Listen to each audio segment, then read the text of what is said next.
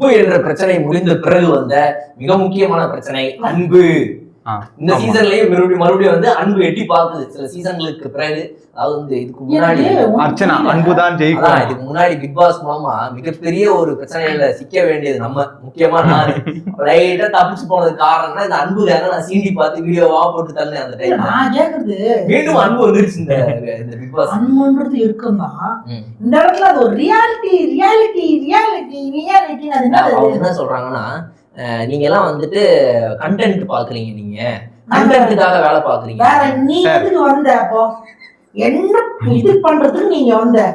அது யார்? நந்தினி பிடிக்கும். நந்தினி நீ எதுக்கு வந்தன்னு கேக்குறாங்க. ஆமா, பிக் பாஸ்ல வந்த இங்கெல்லாம் வந்து ரொம்ப உண்மையா இருப்பாங்க அப்படின்னு வந்தியா? அன்புன்றது வந்து உண்மையா இருக்குங்க வந்து எதுக்கு வந்த? இல்ல அன்புங்கிறது எப்பவுமே இந்த கேம் பொறுத்த வரைக்கும் ஒரு ஃபேக்டர் இல்ல. அன்பு பல பேர் இதை வச்சுதான் வண்டி ஓட்டுறாங்க. இந்த சீசன்ல பல பேர் அதை வச்சுதான் வண்டி ஓட்டி, இந்த சீசன்ல இதுக்கு முன்னாடி எல்லா சீசனுமே அந்த அன்புங்கிற வாழ்க்கை வச்சுதான் பல பேர் வண்டியை ஓட்டி ஃபைனல்ஸ் வரைக்கும் வந்துருக்காங்க. நான் வந்து பார்த்த வரைக்கும் காவேரில இருந்து ஓவியா வரைக்கும் வந்து இந்த அன்பு அதெல்லாம் இங்க வேலைக்கு கரெக்டா இருக்கணும். யாரு கேட்டாலும் தப்பு ரைட்டு கரெக்டா சொல்லணும். கேம் வந்து இந்த கேமுக்கு உண்மையா இருக்கணும். அந்த கேமுக்கு ஏற்ற மாதிரி பண்பா அன்பா நடந்துக்கணும் போகணும்.